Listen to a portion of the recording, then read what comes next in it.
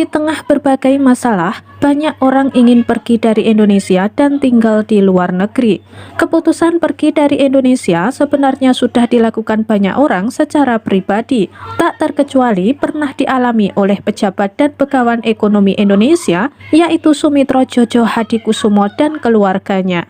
Sumitro Djojo Hadikusumo yang merupakan ayah dari Presiden Republik Indonesia saat ini merupakan Menteri Perdagangan dan Perindustrian era tahun 1950 hingga tahun 1951 dan Menteri Keuangan pada era tahun 1952 hingga tahun 1953. Dia juga loyalis, dekat dengan Presiden Soekarno dan ikut merumuskan kebijakan-kebijakan ekonomi di Indonesia.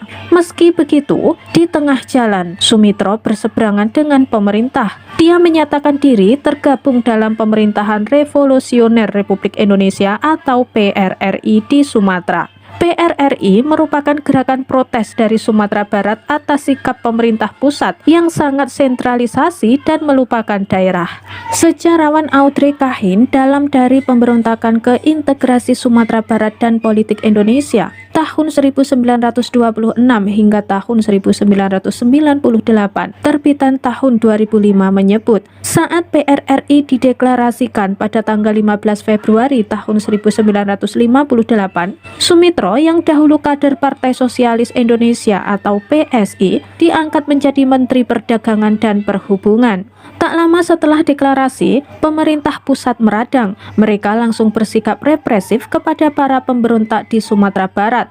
Para anggota kabinet yang terlibat langsung diberi perintah penahanan, termasuk juga kepada Sumitro. Ini terjadi karena pemerintah pusat menganggap gerakan tersebut mengkhianati kemerdekaan. Pada sisi lain, Sumitro beranggapan perjuangannya di PRRI merupakan upaya menuntut keadilan bagi daerah. Sebab sejak awal merdeka, anggaran untuk daerah sangat kecil, padahal aliran dana dari daerah ke pusat lumayan besar.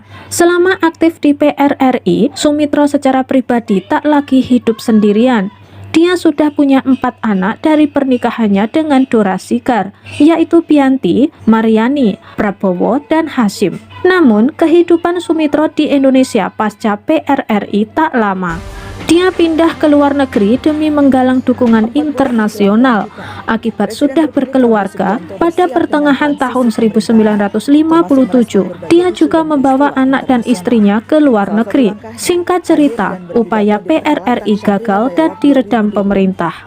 Pada titik ini, Sumitro tak bisa pulang ke Indonesia, sebab jika nekat pulang kampung, maka dirinya bakal ditahan Presiden Soekarno. Alhasil, dia dan keluarga memutuskan untuk tinggal di luar negeri lebih lama. Tercatat, mereka pernah tinggal di Singapura, Hong Kong, Kuala Lumpur, Zurich, London, dan Bangkok. Anak-anaknya pun masih kecil, paling besar berusia 8 tahun. Lalu Hashim yang bontot masih berusia 3 tahun. Prabowo sendiri berusia 5 tahun.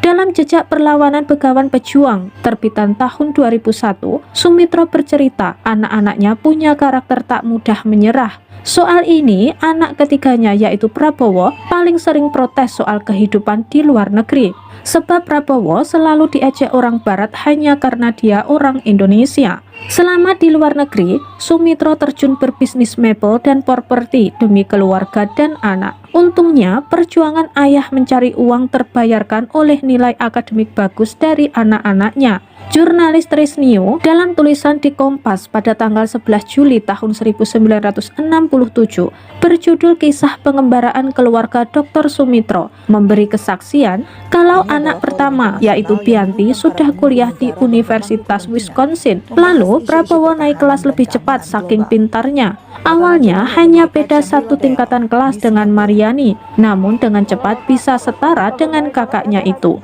Selama di luar negeri pula, anak-anak Sumitro tak pandai berbahasa Indonesia, bahkan Hashim sama sekali tak bisa bahasa Indonesia. Meski tak bisa bahasa Indonesia, anak-anaknya khususnya Prabowo menjadi daya tarik bule-bule. Saat di London, Prabowo yang berusia 15 tahun sering ditelepon oleh perempuan sebaya asal London. Para bule naksir karena Prabowo tampan. Sampai akhirnya pelarian Soemitro dan keluarga berakhir ketika pergantian rezim. Dilantiknya Soeharto sebagai Presiden Indonesia pada tahun 1967 membuatnya berani pulang ke Indonesia. Keluarga Jojo Hadikusumo pun memulai hidup baru di tanah air. Soemitro kemudian menjadi Menteri Riset era Soeharto, sementara Prabowo memulai perjalanan sebagai Taruna Akademi Militer tahun 1973.